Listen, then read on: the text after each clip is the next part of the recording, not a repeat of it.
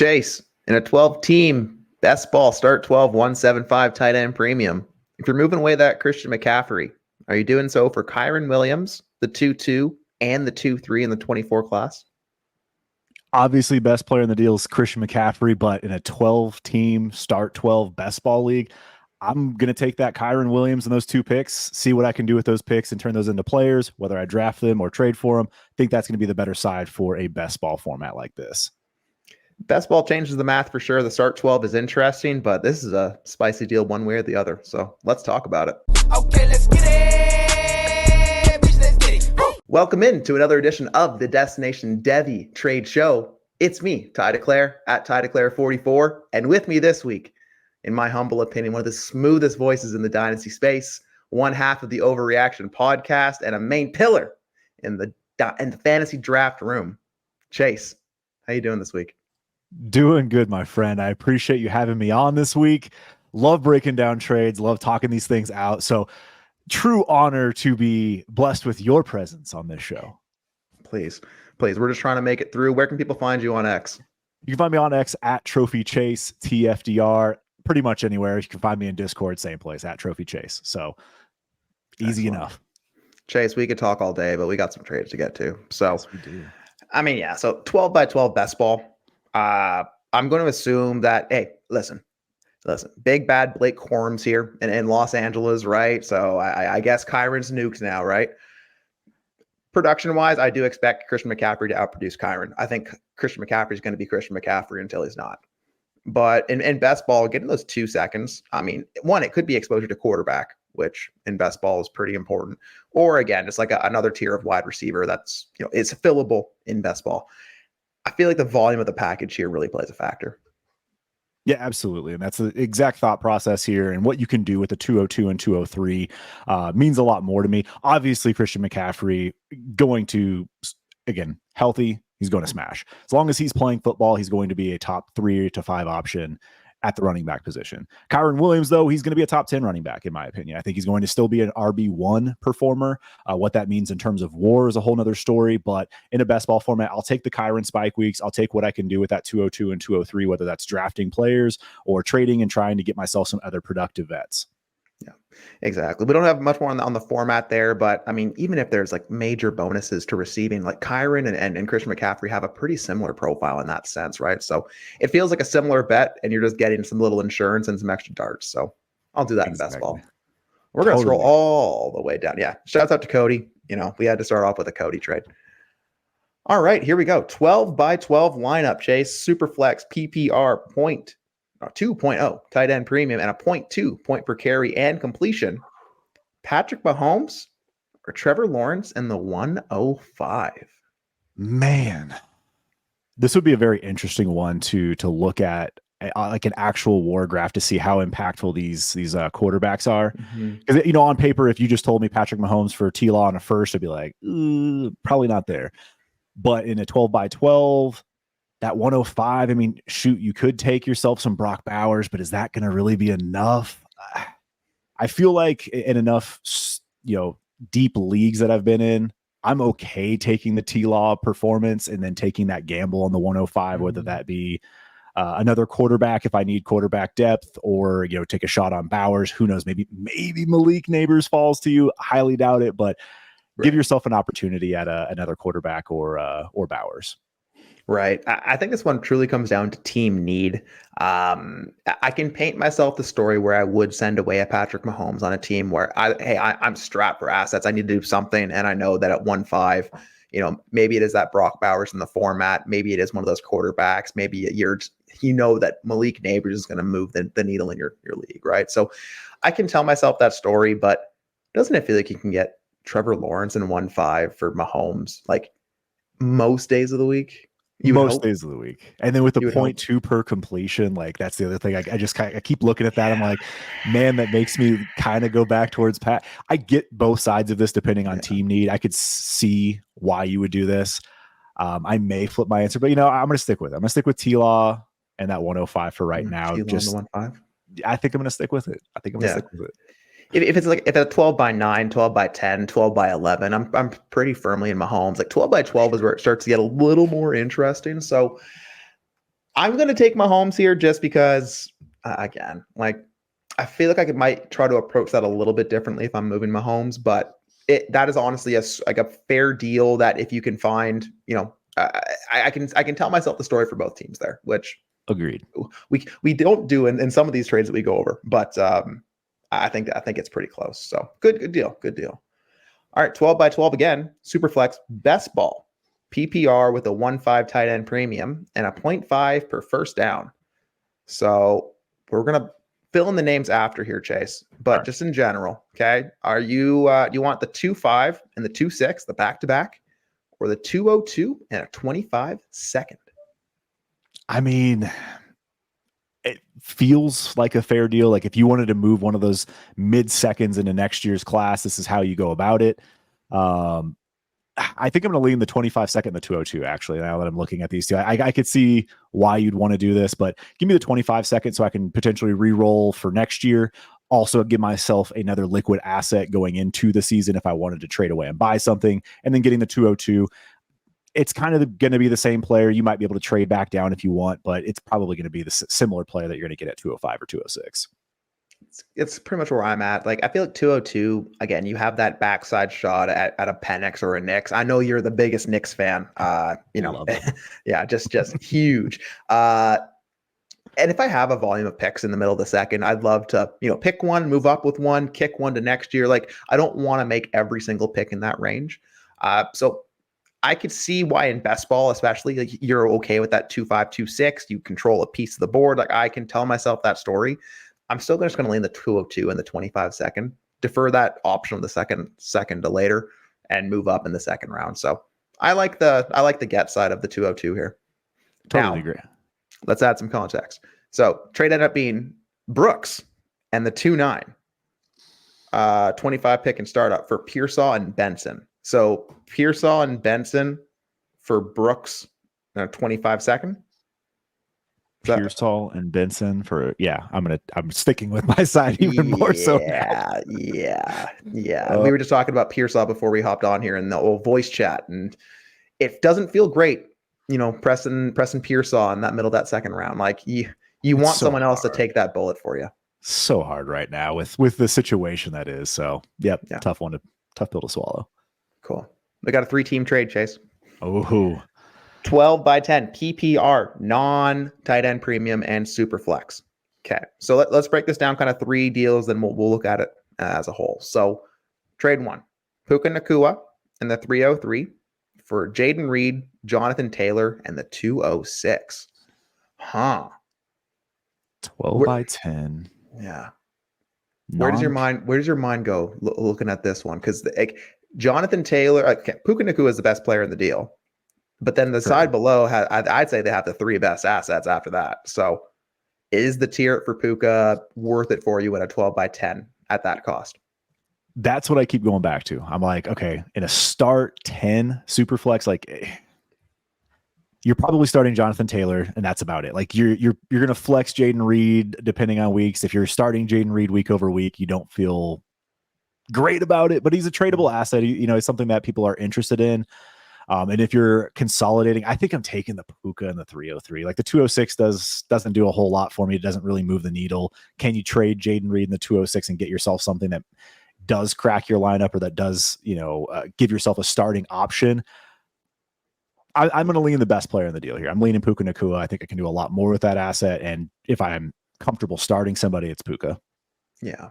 I feel like I'm like chronically too low on Reed, or like I'm not maybe giving like his step forward enough of a an oomph in my evaluation. But I think he broke it down really well. Like in a 12 by 10, Puka and Jonathan Taylor are really going to be the only mainstays that you can really strap into your lineup. So if you're telling me it's gonna cost me a Reed in a second, I can see myself taking the Puka side, because if you're taking the Reed the second and Jonathan Taylor, doesn't that feel like a deal where you're stuck making a second trade after this, where now you're moving that Reed in the second to try to get something you might actually want, or something you can actually plug into your lineup? 100%. And you might be able to do it and feel really good about that second side, but I don't want to take the bet on having to find that deal. So I'm going to lean Puka in this one. generally it's easier to find running back than wide receiver in that range too. So I'm just going to lean Puka there as well. Second deal, Garrett Wilson and the 2-6 or Puka. That feels pretty process, doesn't it? That does. You just take the leverage deal here. You get yourself a second. I do have Puka in a separate tier. This is, for me, Garrett Wilson, this is, just getting on a player specific thing. This is like the DJ Moore situation. It's like everyone loves Garrett Wilson. Everyone loved DJ Moore. They did good things to start their career, but like everyone's waiting for that step forward. And we thought it was going to be this year for Garrett Wilson when Aaron Rodgers was finally healthy. Well, obviously he wasn't. And so hopefully in 2024, he is. So you're taking a bet for sure on Garrett Wilson, but I don't mind it. I don't mind it at all. You could see Garrett Wilson being a guy that could also, have an influx in dynasty value going into the season if things do progress. So this could be a win for both sides. I don't mind. I don't mind it at all for either one of these. Don't really mind it at all for either one. Yeah, I'm right there with you. I mean, we all know Malachi Corley is going to come in and take Garrett Wilson's lunch anyway. So, just better hope that Mike Williams is only there for a couple games this year so that, Garrett Wilson can actually get a snaps. No, I'm kidding. But I agree. Puka, I think, can outscore Garrett Wilson. I'm pretty firmly taking that bet. But I feel like Garrett Wilson and Puka can do the same thing for my teams. And you're just giving me the 2-6 as something to play with in this draft where, again, 2-6, it's a pretty flat range, but there's useful players in there, and probably one of them are going to hit. So, pretty square deal myself. I can tell myself the story on both sides. I'm just going to take the process side of the Wilson in the second here. And then finally, Jaden Reed and Jonathan Taylor acquired for Garrett Wilson in the 303. So it just feels like the discount version of deal one that we reviewed, right? It's so funny. This is like one of the rare 3-team deals that like no one got totally shafted. Like there's usually one team that's just like one. There's always one that just takes it on the chin for the other two. Yeah. This feels, top to bottom, when you look across the board here, it feels good. You can paint a picture for all of these teams why they would want to make a move like that. Yeah. In this particular case for Jaden Reed and Jonathan Taylor, I prefer a Garrett Wilson, but if you needed a running back and you wanted to get yourself a big name that could have a good year, JT's one to take a bet on. If you want to take a bet on Jaden Reed taking that step forward, being that, true number 1 or number 2 in this offense, I can see it. I can see why you would want to do it. But this is a unique situation for a 3-team trade. What do you got on this one? I was just going to say, like someone always takes on the chin for sure, right? Like someone comes out the loser, and that's why you don't see a lot of 3-team trades. But yeah, I think it's very interesting because you have the process in the middle and you have two very similar deals, and it's just bets on like kind of, and I can tell myself the story for each team. If you need running back, you need wide receiver, like I can see how you might shuffle around here. Reed and Taylor for Garrett Wilson in a third, like I feel better about this than I do this, right? Because I do think that Puka is that elite of the elite outcome bets, but I think Garrett Wilson can be right there if the stars align. But I've never really put the name DJ Moore to Garrett Wilson in my head, but I'm glad you said that because that makes sense, right? And couldn't you see the Jets adding another piece in that offense next year? They didn't add pieces, but like they put Mike Williams there. They need somebody else. Yeah. They put Mike Williams, they put Malachi Corley. Like you can tell they're hunting for true difference makers at the skill positions to go with Breece and Garrett Wilson. So yeah, this is a make or break year. Garrett Wilson's had the cop out excuse of having no quarterback. Didn't have one really last year either. So now this is a true make or break season for, I think, his dynasty value. He may still have the potential to boom, but I think you'll see him in that 12 to 24 range a lot more consistently going forward if he doesn't. Yeah. So do you have a winner on this trade? What side has it best? What side has it best? The cop out feels like take the best player in the deal, taking Puka. Yeah. I feel like that's the route to go. I feel like the middle one played it the best way, though. I feel like whatever Armstead was doing, he or she had it in their mind, like, this is the play for me. I'm going to get an extra piece. I'm going to take that bet on Garrett Wilson. So I think I'd rank it that way. I'm going to go with the top guy getting the best player. I get the Armstead bet for number 2 and then Timinator number 3, but it's all very close. I think you all won. This was a very well put together trade. I have nothing more to add to that. I agree. Okay, GoatDaddy69 is new to best ball and is looking for some feedback on a trade they made. So 12 teams, start 11.25 points per carry, tiered PPR. So 1 for the running back, 1.25 for the wide receiver, and 2 for the tight end. We love this for a little best ball. So the Chase trade is 2 tight end. So is it 2 different leagues? Maybe? I don't know. Okay, anywho. So I'm thinking this is going to be small. Yeah, so I'm going to pull it up here. Okay, so the first trade. In a 12 by 11 best ball with tiered PPR, Jamar Chase or Jalen Waddle and old Dalton Kincaid, Chase. I'm going to push this one to you. I want to hear where you're at with this because this is an interesting deal. Start 2 tight end. Yeah. And if it's start 2 tight end and a 2.0 tight end premium in a best ball league, I'm very okay tearing off that Chase for Waddle and Kincaid. Waddle is not the wide receiver that I like dream about at night and keeps me up and really makes me want to, put a trade out in someone else's inbox, but he's an awesome best ball asset. He's a threshold wide receiver. He's going to do the thing and he's going to have elite weeks in that offense. And Dalton Kincaid, I mean, I don't think anything's really changed in my evaluation of what I expect from Kincaid after the draft. And I think in a 2.0 tight end premium league, yeah, I want Kincaid there. Although, hey, Jamar Chase is liquid. He's dope. He'll gritty on you. But I think in best ball, I'm going to play the format and just give me the package. That's the tough thing here. Like, and I know we talk a lot about Jalen Waddle and Heisman, and it's one of those guys that had a lot of ADV in years past. But I do think that his value is kind of settled in, and people aren't talking about him like they used to. I don't think that, people are overly excited about him being this top 8 option at the wide receiver position, especially now seeing what a season of him and Tyreek look like and just kind of realizing what Waddle's potential is. But in best ball, I don't have to start him. So the great thing here is when Waddle pops, he does pop. Like he could put up Jamar Chase numbers, he can put up Tyreek numbers, and then you're obviously taking the bet here with Dalton Kincaid being, taking that step forward, being potentially the Travis Kelce of this offense. Seems like Buffalo is trying to do everything they can to mimic Kansas City, and that would make the most sense for Kincaid. But I'm with you. I'm going to stick with the Waddle and Kincaid side.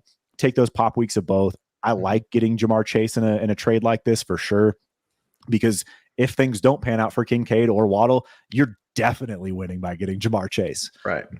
Best ball, though, give me the 2 solidified, still young assets that I think that have liquidity to them as well, too. Yeah, I agree. If you're in a league with me, I mean, having that Kincaid, he'll always be available, or there'll be some offer that I will send you for that. But I do think that Chase is definitely a more flexible asset, and if you're trying to get the most tradability out of the deal, Chase is the side. But if I'm looking for straight roster construction and what I can do in a 12 by 11 best ball, I'll take the package there.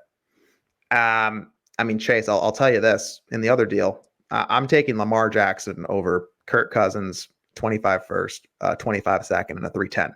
Best ball, love some darts, but 12 by 11 is not deep enough for me to want to split my Lamar into 4 assets, one of which who just had their franchise fumble the bag at the 8 pick. And these assets too, that's 25. Like these, you get a 24 310. Cool. Yeah, hey, don't discount that 310, baby. Yeah, I'm going to take the Lamar side on that one all day. Don't really need to go into it any further than what you just said. Yeah, best ball, the tier downs can get a little crazy, right? So keep in mind, you're still playing in a shallow format. You don't got to get too crazy with the old tier downs. I had a horrible trade featured on the DD Airways with that man down there. Don't get crazy with it. Just take Lamar and run, please. Hey, same GoatDaddy. 12 team start 10, 0.5 PPR, 1 tight end premium lineup, super flex. Okay, we got a busy deal here. Does this make it any bigger? Not really. Okay, so Tank Bigsby, Jordan Addison, 1-8 and 2 2025 firsts. For Dak Prescott, Tyreek Hill, Derrick Henry, and Curtis Samuel. Oh my. I'm trying to see, like, when I see a deal like this, I automatically want to try to cross some things off. Same. Do you see anything that really aligns for you right off the hop? I mean, would you take is that the 108 this year? 108 for Tyreek. Like, I'm not giving up my Tyreek for 108. What'd you do? Addison And let's say one of those 25 first is late. Addison in the late 25 first for Hill That's fair. I'm good in a with 12 that. by 10 super flex lineup. Yeah. Yep. Okay. And now Prescott, 108 and a first for Prescott. Is that too much? Too much? I wouldn't think No. so. I do think Dak Prescott's still a good enough asset that he could command 2 firsts, especially one that's like what the 108. You're gonna hopefully, like in a lineup like this, 1 TEP, maybe Brock Bowers falls through there. Otherwise, you're taking Odunze. Yeah. Maybe a May or a JJ falls, maybe, but I don't see that happening. Yeah, so you're probably looking at a Dunze or a Bowers, but I don't think Bowers makes it that far. So yeah. I think we just talked ourselves into this one. Like I think so. I mean, yeah, break it down. Yeah, it's Tank Bigsby or Derrick Henry and Curtis Samuel. I mean, Curtis Samuel doesn't mean a lot to me in the deal, but I think I want Prescott, Hill, and Henry here. The thing when I look at start 10s, it just goes down to the names / fantasy production. Yeah. And that's kind of what I look at. Like, talk about hammers, Dak Prescott, he's going to be a starter in your lineup, and Tyreek Hill, you're going to lock and load him. Derrick Henry, locked and loaded. You got 3 locked and loaded starters. Addison was probably a flex for you in a format like this. Mm-hmm. You're banking on 225 first that you could trade into something else for sure.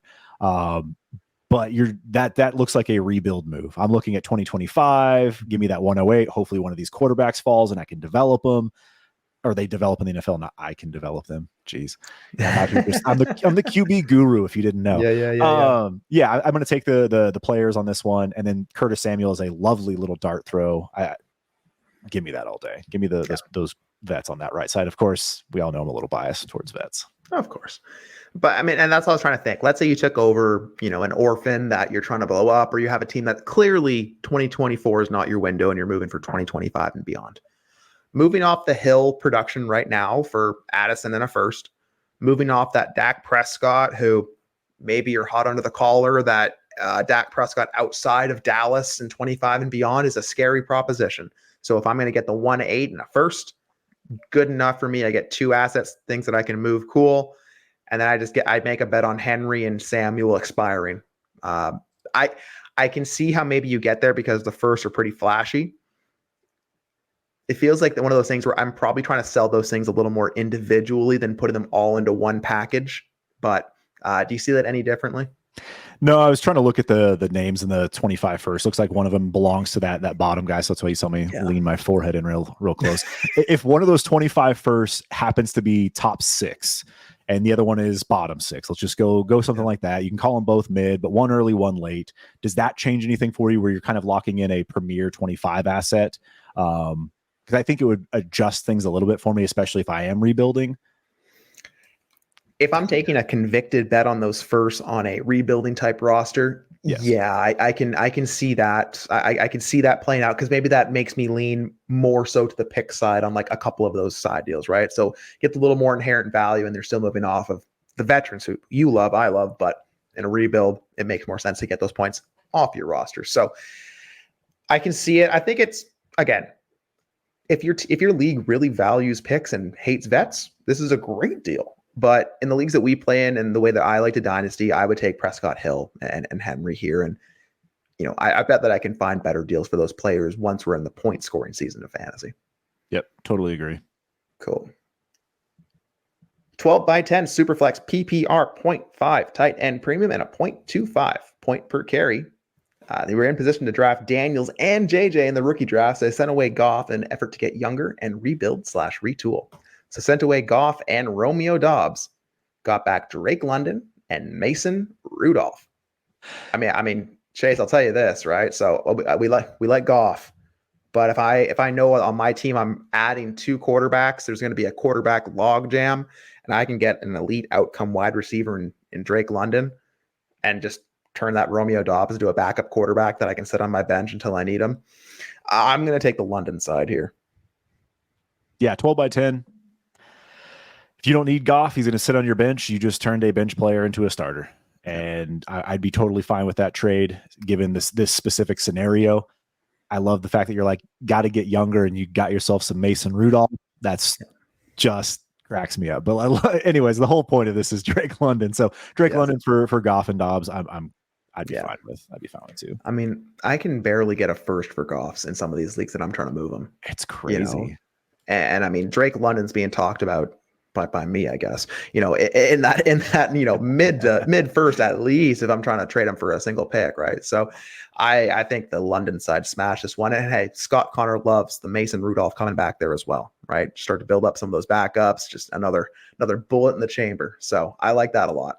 All right. Legalized 3-1-1 ranch, 12 by 10, 6-point passing touchdown with a tiered PPR. The 2-3 is Keon Coleman, and the 3-3 is Roman Wilson. So Tony Pollard, Keon Coleman, Roman Wilson, and 2 2025 firsts, or Daniel Jones, Amon-Ra St. Brown, Chuba Hubbard, and a 2025 second round pick. We got the sun god who is going to throw off all of my calculations, because I know. I don't know if Keon Coleman and 2 random 25 firsts get it done in a 12 by 10 for me for Amon-Ra. I don't know. This is one of those trades that like you have to have a pulse on your league, because if those 25 firsts are both late, I don't think I'm doing this. If those are both 2 late 25 firsts, I am taking the Amon-Ra side and I am running.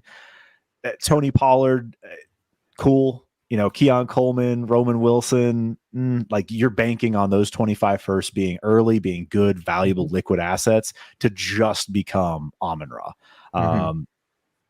That's kind of how I look at it. And then you get yourself a little shot on Daniel Jones. Like he may be nothing in this deal, which is fine for you if you got Amon-Ra, but you also get a shot of having a potential starting quarterback. Potentially. It's an outside shot, but you know, it's a shot. Right. I mean, and we like cross positional trades. I think it's a unique way to approach some things and makes trades easier to accomplish. Daniel Jones and Tony Pollard, where does that fall for you? Daniel Jones is just one of those players that's so hard to put a value on right now. I think I'd take Pollard over Dimes today, just knowing what we know. So I'm going to take Pollard over Dimes for just those straight swaps, but it probably be close enough. Maybe throw in Hubbard in that, and you have, in my opinion, Dimes and Hubbard for Pollard. It's pretty much what I was thinking. Like Jones, Chuba, and the second for Pollard, Keon, and Roman. Like I could tell myself the story where I might do that. The Pollard piece, I think that Pollard is probably the most productive, and after production, like I'm going to value that more. But I just can't get by the Amon-Ra here. I really can't. You need the stars to align to feel like you won that one if you're sending away the Amon-Ra. So good work, Legalized Ranch. Legalized Ranch. Love it. I don't know. Some of these names. I fucking love it. 12 team Superflex. Devi. We have a Devi league here. Start 11 and a 2 tight end premium. Christian Kirk and Christian Watson. The Christian by Christian package for Braylon Allen, the running back 3, 4, 2, not one. One of the running backs on the New York Jets. Adonai Mitchell and the 503. I'll tell you this, Chase. If this was a deal before the NFL draft, I'd feel a little differently about it. Based on landing spots, based on profiles, based on the way that I like to Dynasty, I'm taking Christian Kirk and Christian Watson pretty firmly here for me. All I want to know is like what is even available at the 503 that we got that thrown in there. Like even looking at Devi, I'm taking Christian Kirk and Christian Watson 10 out of 10 times for this one. We don't got to talk anymore about that. Nope. Good work. All right, 12 team Superflex full PPR. Is this going to be small? Yes, it is. Okay, Tank Dell 1-5 and the 211, or Brandon Ayuk 1-7 and the 209. Oh Lord. Oh. There we go. And we're back. So, this one's interesting. This one's, I mean, this is, if I'd say, well, you're taking bets on either side. Like I'm taking Ayuk over Tank Dell, just marginally. And then you're taking obviously the 105 over the 107. Like it's kind of a move up, move down situation here. Gosh, I just keep thinking about what's available at the 105 and 107. That's always like what rings in my brain for a deal like this, because the 209 and 211 you can wash them in my opinion. Yes. You can wash them. It truly comes down to what your team needs and how the board's going to fall. I mean, you're spinning plates here at 3 different spots, right? Tank Dell and Ayuk. I want Ayuk in a vacuum, but I can see a world where someone in your league wants Tank more than Ayuk, or Tank somehow outscores Ayuk, or so I can see a range where one of those 2 wide receivers breaks. But I'll take Ayuk there. I mean, I'll take 105 over the 107, but if I don't have a quarterback need and I can just pivot down to 1-7 and get Bowers or Rome, like I'm also really okay with doing that, or letting a quarterback fall to me at 1-7, because I feel like unless you like know that Neighbors is going to be there at 1-5 and you feel like that's the guy you want to take your bet on, I'm cool with that. And I think that sways the deal for me. But if we're just talking pivoting around, I'll just take Ayuk 1-7 and the 2-9. But this is a very much so team dependent, league dependent deal for me. Yep, totally agree. I think that the big thing is what is available at 5 and 7. If you know those two, like no quarterback's going to fall to you and you made a move up for a quarterback, great, good on you. I can totally see why you wanted to do that. If you're at that 105 and you have no need for QB and you're like, hey, let's find a QB needy team, perfect. I'm pivoting down to the 107. Yeah, I actually like it for both sides. I can paint a picture for both of these teams. Well put together trade. Absolutely. And second deal here, Jahan Dotson and the 1-7, or Nico Collins 1-12 and the 2-6. Now I know you're the biggest Jahan Dotson lover, right? Or did I get that wrong? Yeah, we can cross him off in this deal. No, he cancels himself out. No. I mean 2-6 and Jahan Dotson, I still want the 2-6, right? Yeah, agreed. So 3 best. I mean, it's the 107, and then it's the next 3 assets is Nico 206, 112, 12 teams, Superflex full PPR, assuming lineup here. Starting Nico Collins, you're going to start that 107. I think you can still get a startable asset at 112 and 206. Yeah, depends on what you traded up for, but I think I'm taking the package here of Nico and the picks.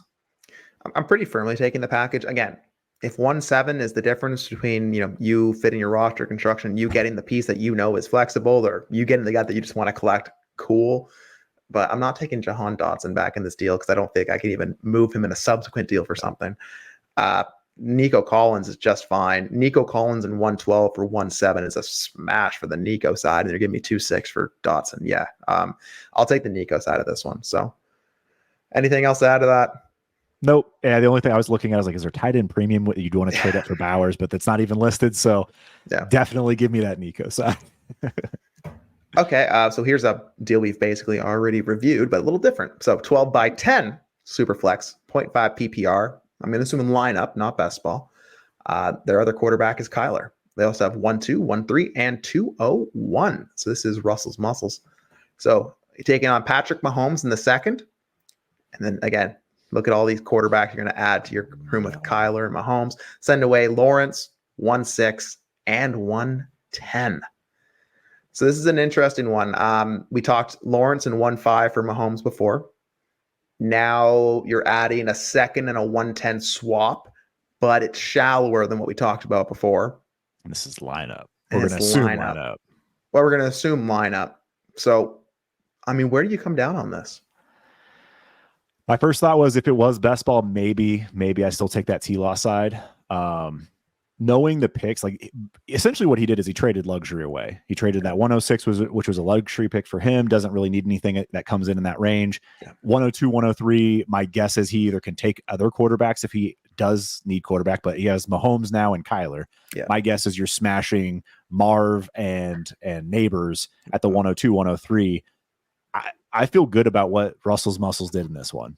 Just because he got rid of some luxury picks and some guys that you're taking a gamble on at 106 to pan out at quarterback or roam and hoping that he can emerge this year. Right. I think I'm going to take Mahomes just because of that team context. Yeah. We talked about it in the last one, right? Like if it was a 12 by 10, 12 by 11, 12 by 9, I feel better about the Mahomes side. I think, I'm still on the Mahomes side here. I can tell myself the story on the Lawrence side, right? Maybe they have another quarterback or two. They're adding that Lawrence. 1-6, they'll have a shot at like a Bowers or Rome, maybe another quarterback falls. 1-10, Jonathan Brooks, X-worthy, something in that range, maybe even a quarterback if you want to get spicy. Given the context of it all, just let me get Kyler Mahomes and then smash people in the face with Marvin Harrison Jr. and Neighbors, please. And it's not to take anything away from the other side, as you mentioned. Like if I'm a retooling team, a rebuilding team, and I need to acquire some additional assets, there you go. T-Law, and you get yourself another starter, grab a top 7 pick, and then obviously the 110 there. You can take some bets on what you want to do. I can see why you'd want to do that, but team context for Russell's muscles, that's a hefty win. You picked your direction. You know what you're getting with those picks now. Yeah, give me that. Absolutely. Old Ruben in the house, 12 by 10. That's all we got. We don't know anything else, just 12 by 10. So Kyle Pitts, Chris Olave, and 103. Or Zay Flowers, Dalton Kincaid, and 101. I know Ruben, so I know for sure this is lineup. This is lineup. This is for sure lineup. Yes. Definitely Superflex, hence the name Superflex DGen. So we're gonna make sure we stick with that. There's a couple of assumptions we can make based on context clues. We don't know anything about tight end premium, but Kyle Pitts and Dalton Kincaid feel like pretty similar outcome tight ends to me. Any see that any differently? Yep, cross them off. Okay. Chris Olave and Zay Flowers. I want Chris Olave over Zay Flowers. I think they both have upside. I think Chris Olave has more elite outcome upside, in my opinion, and probably more opportunity in that New Orleans offense. But I want Lamar as the quarterback for Zay Flowers more. So I want Olave over Flowers, but it's in like a ballpark. It's not like close, it's not far, but it's in a baseball stadium. Now, 101 and 1-3. This is the interesting part. I think it does come down to team need a bit too, right? Let's say it's Caleb and Zay Flowers for Chris Olave and Jaden Daniels. He says he wants to take a shot at Neighbors. At Neighbors. Oh, there we go. Yeah, it's upgraded Zay to Olave and got a shot at Neighbors. Yeah. So Olave and Neighbors for Zay and Caleb Williams. Yeah. I would say without the team context, I'm taking the 101 Kincaid and Flowers. I think I'm going to take the shot on Caleb. And again, what you can do with that asset, like if I wanted to take a shot on one, I'm obviously a little biased towards Olave as well. I do love Malik Neighbors. I like what Ruben did. So I see why both sides did this trade. I see exactly what he was looking for. Again, cancel out the tight end. So it's Olave, upgrade from Flowers, and then adding another wide receiver to a room that sounds like you need wide receiver. So I like what the thought process was there. Could you have done more? I like to squeeze. There's part of me thinks I could have squeezed a little more juice out of that, but honestly, I'm fine with it. You're hoping Olave takes that step forward that we've all been hoping for. I put him in that same kind of Garrett Wilson-esque, DJ Moore hopium tier that you're hoping that situation that he's able to do a lot with those targets.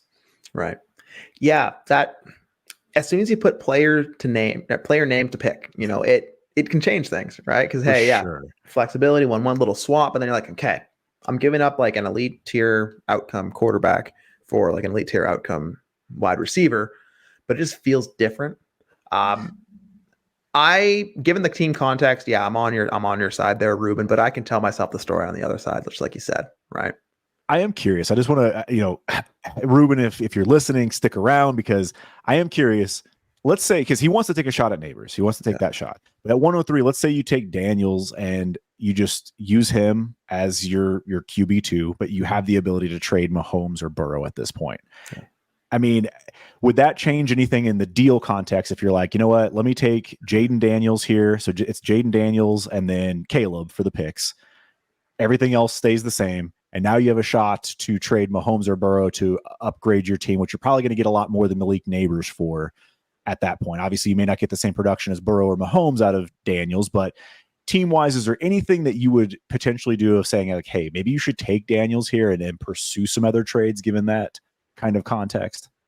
Yeah. And I don't think you need to have like 3 elite quarterbacks to feel flexible there. But I am always a fan of making moves that I feel makes me more flexible with the assets I already have, not necessarily getting the flexible asset back. So yeah, adding a Daniels would make moving a Mahomes or a Burrow possible. And you can definitely get a hell of a lot more of a return for those quarterbacks than you can, a Daniels or a Neighbors. So I think team fit need and trying to align your team with what you think is your best outcome I don't have a problem with the process of the Ruben side of it.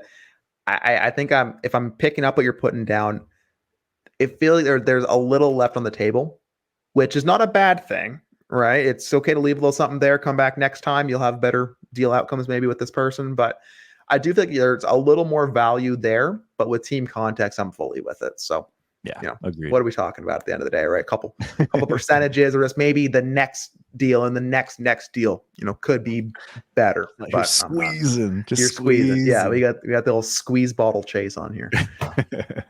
Okie dokie. We got a couple Baker Mayfield trades. So a 12-team start, 8 Superflex PPR, no tight end premium. Okay, so this is a time lapse. Okay, so first we traded Baker for the 112 a month ago. Okay. On a team, a 12 by 8. Yeah, I'm gonna take. I think I'll take Baker here just for the starts, the points.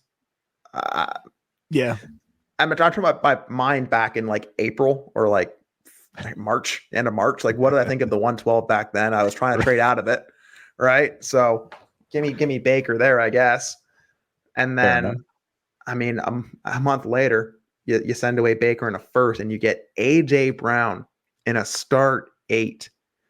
Now, we don't have any intel on that first, but Chase, when you hear AJ Brown for Mayfield in a first, where do you come down? AJ Brown every time. I mean, he sent his own 25 first away.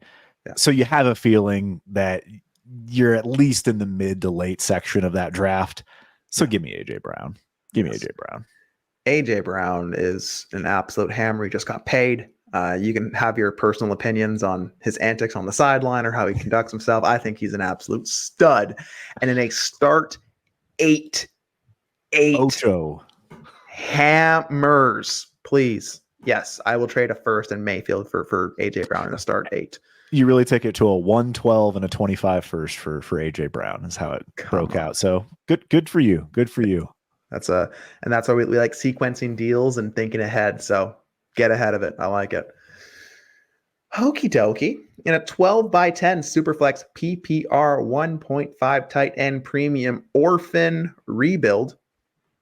The orphan side's getting a 25 first, the 106, and the 203. And they're sending away Nico Collins, Zay Flowers, 2-6, 2-7, and Isaiah Likely. Interesting. So Chase, we got a couple first, couple seconds, some wide receivers. Orphan rebuild. Where's your mind at? So because of the size of the trade, I'm trying to cross some things out as well. I mean, whenever I first think of orphan rebuild, again, trying to maximize every piece that I have. Consolidating doesn't feel great, but at least you're getting the 106. You're getting into the top 7, 25 first. You're kind of, again, taking some value next year, give yourself some more opportunities in that 25 class. And then the 203, going to be a viable player that's going to have some interest. So I'm as far as what he got, I'm not totally against it, but like what you gave up. Oh man, would you say like Nico Collins in a second would get you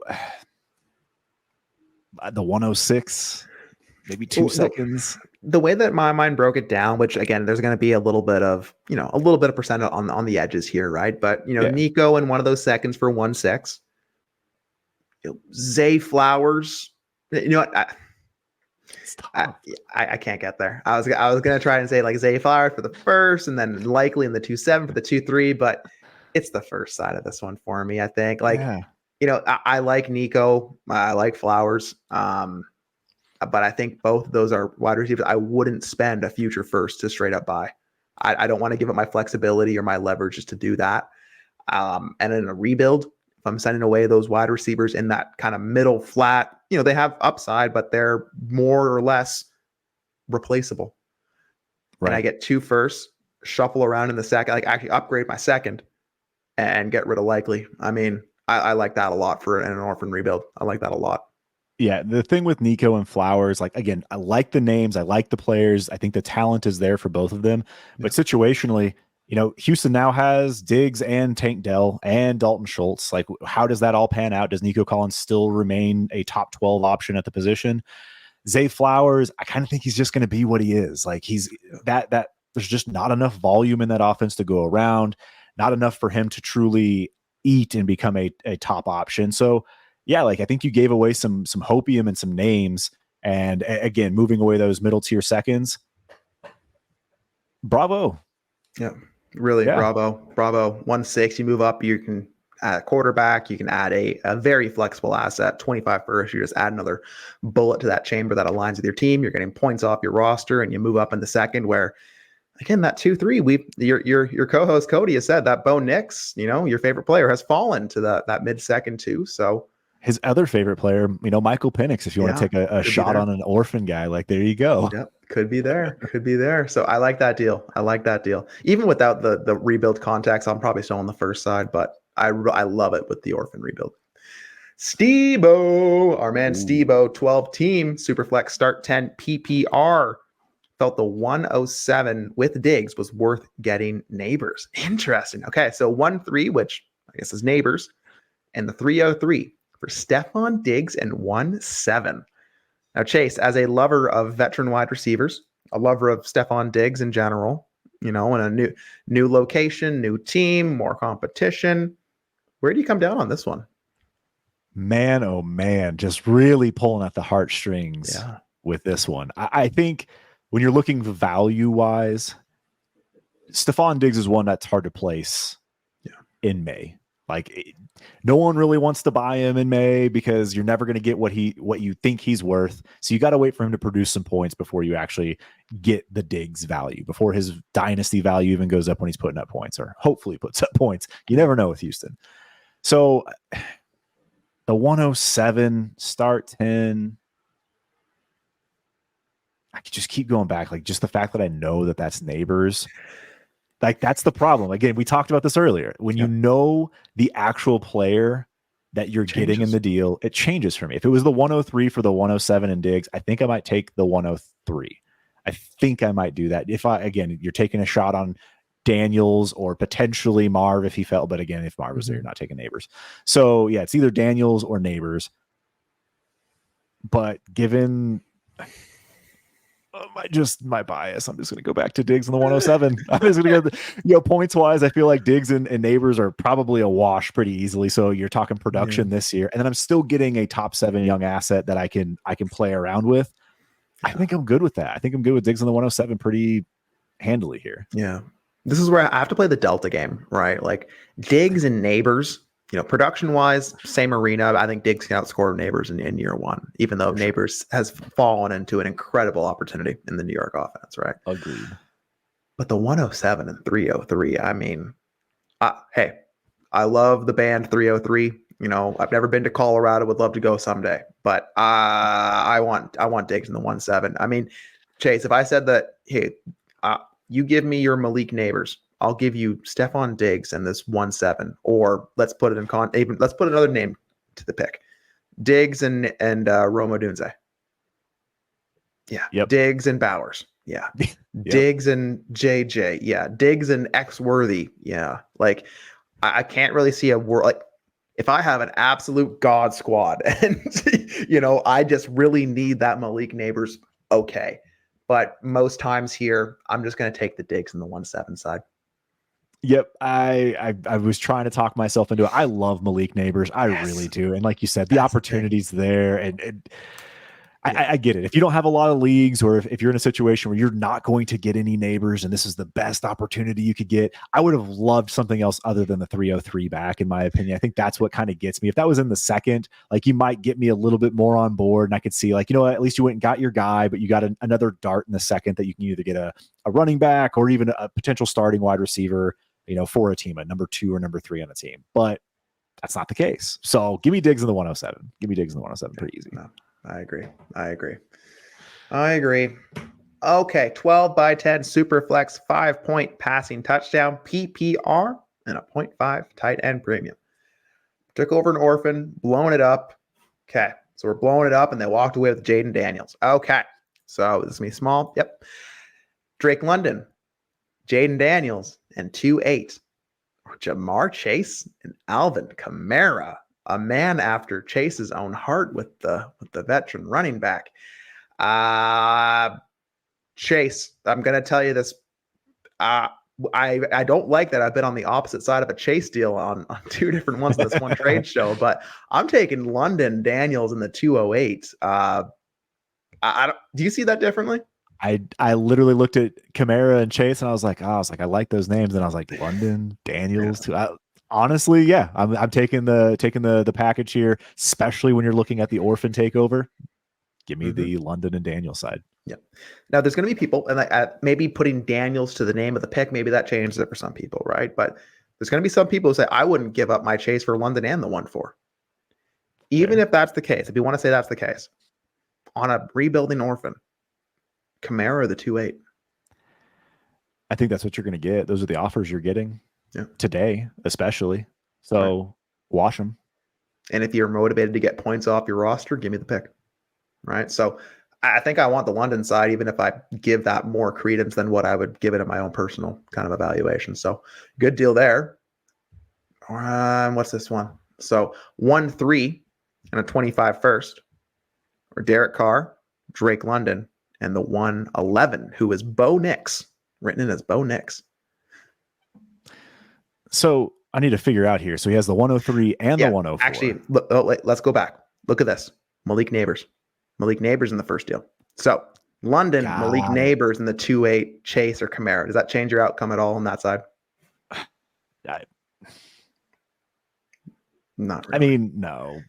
I like the idea of having the quarterback upside more, but I'll take me. And hey, you got 103 and 104, right? So in the end, you got what you wanted. Exactly. So now Jaden Daniels in a first, or Carr, London, and Bo Nix. I feel like I should not say Bo Nix around you.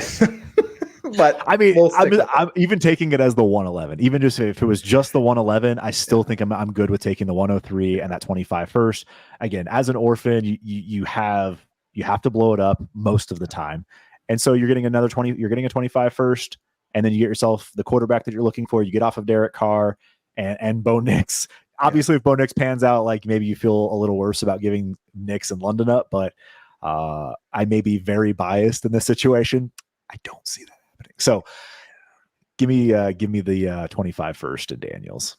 Yeah. So let's big picture this thing really quick. So Jaden Daniels, Malik Neighbors, the 25 first and a 2-8 for Chase, Kamara, Carr, and Bo Nix. London got acquired and then moved, so he's just kind of a wash, right? So very strongly on your side, Pounder Rock. Good work. People struggle doing orphans and actually rebuilding. We've seen some very good trades for some orphans, and like in rebuilding wise, again, bravo, great work to find the deals that you're looking for. And I love the fact that you kind of pieced a few deals together to make it happen. Absolutely. And the tough part is, right, you come into leagues and a lot of these teams are already established and the assets are already on one side of the fence or the other. So it's hard to find these deals as an orphan coming in too. So the fact that you've made two deals, both of which I like, and as a whole package, I love. Really good work. Really good work. If another spot opens up in that league, let me know. All right, Chase, we'll do one more. We're going to hit this 4-banger by that ginger dude. Okay. All right. Let's see. Okay. It's too small. Okay. It's too small one way or the other, so we're going to figure this out. Okay. So ginger dude. So 12 by 9, one quarterback. Oh Lord, we're not ending on this, Chase. Okay. We're going to end on one QB. We're not ending on the one QB. We're gonna do this one, and then we're gonna get one more. Okay. All right. So 12 by 9, one QB PPR. All trades happen during the rookie draft.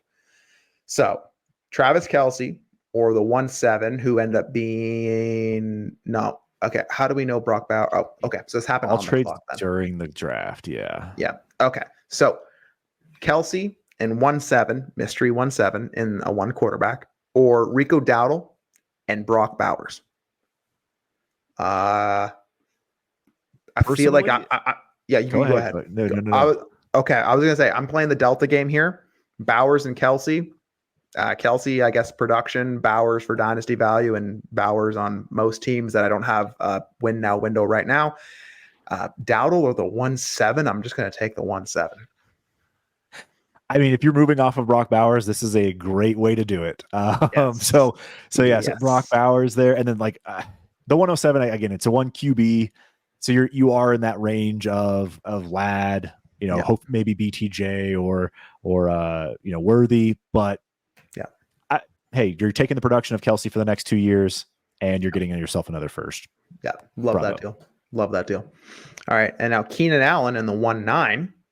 Oh, and look at this. It was X-worthy. So X-worthy and Kelsey for Bowers and Dowdle. Love it. Love it. And now they send away this Xavier Worthy, and they get Keenan Allen in the 1-9. That is up. Even in one quarterback, that feels pretty process, right? Keenan Allen and the 1-9 for Xavier Worthy. Same tier of player at that 1-9. You're getting yourself the production of Keenan Allen and a start 9. I'm all for it. Yes, all for it yet again. Thank you. Okay. So we'll break down the whole thing if we can after. Okay. And now I'm like piecing together now. I'm like looking at some of the names. I'm like, who are these? Okay. So this was Jonathan Brooks. Okay. So Keenan Allen and Jonathan Brooks for X-worthy. Yes, please. Yep. And now we send away Jonathan Brooks along with Deontay Johnson and ETN, and we get a 25 first and the 109. Oh, wait, no. Yeah, we send away a 25 first and the 109. We get Deontay Johnson, ETN, and the 212. Again, one quarterback. Thinking one quarterback, start 9. ETN, you're plugging in your lineup most likely at the running back position. Yeah. Most likely. Based on what you're doing here, maybe not. Maybe he's a bench player for you. But so yeah, I'm assuming late first, 109. That was, you said, Brooks. I don't know. I could go either way on this one. I do like Jonathan Brooks. We haven't seen anything though. So I can go either way. I like getting ETN just because you know kind of what he is, but I can totally take Jonathan Brooks in a first. Yeah. Totally take it. And that 212 means nothing to me in 1 QB. Yeah, I was going to say, in a 1 QB 12-9, I'm going to take Brooks in the first. But I can tell myself the story where Deontay and ETN, do it for me. But you have to find ways for those guys to get into your lineup. And in the start 9, like Deontay is not really the one that I want to press start on, especially if I just acquired, a Keenan Allen. I better have some more pieces in there. So I'm going to take the pick side of that. But I could tell myself the story. Again, 212, I'm on the same page. Doesn't really move the needle for me. Feels like maybe put the phone down trade. Yeah. Agreed. And then a 25 second or the 212 and a 304 in one quarterback. I'll just take the 25 second. I'll re-roll it. Let me have some liquidity for trades in the mid season. Okay. So this is gonna be hard to piece together, but Kelsey, Keenan Allen, Deontay, ETN, and a second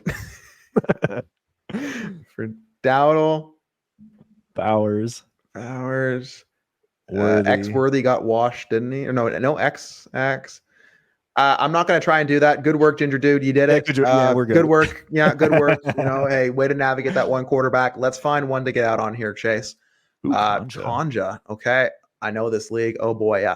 Conja was in a startup, and he has pert near every first round pick available. So we'll end on a 3-banger here by Conja. So 12 teams, start 10, Superflex, PPR, 1.5 tight end premium, 1.5 point per carry, and a 6-point passing touchdown.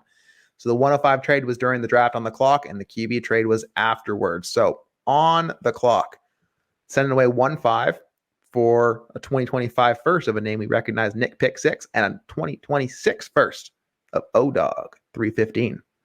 2 firsts for 105. Man, team context matters a lot. I think I'm good with it. I love taking bets against other players. I don't like the 26 first. I wish that was 25. If you had 225 first, make me feel a lot better about it. Mm-hmm. I'm assuming you're rebuilding if you're taking 25 or 26 first at this point. Right. Yeah. So I'm there with it because the 26 first, you almost want to value it close to a second at this point, right? Agreed. But I bet as the months go by, we're going to view these as we would 25 picks, and then we're going to be right back in the same situation. So exactly. I can see it. Now, a little more context, right? So let's say you have multiple 25 first and multiple 26 first already. Are you at the point, and again, let's say you have not really many other assets to work with from what we know. Yeah.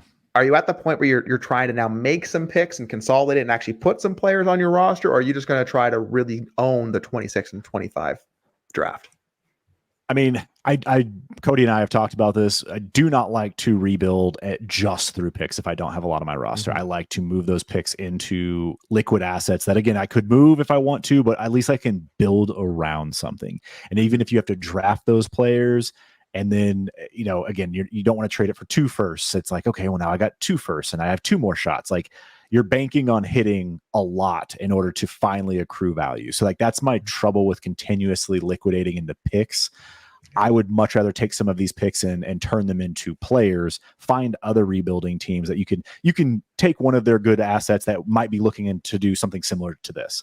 Send them a couple 26 firsts, take something like that so you can continuously build a core or, some cornerstones of your team to go. That's kind of how I look at rebuilds or retools. Yeah, that's fair. Right. And again, if I'm sitting there at 1-5 and I'm like, I don't want to be the one that chooses between Drake May and JJ McCarthy or like any of these guys. And like, you're giving me 2 firsts and not make the choice. Okay.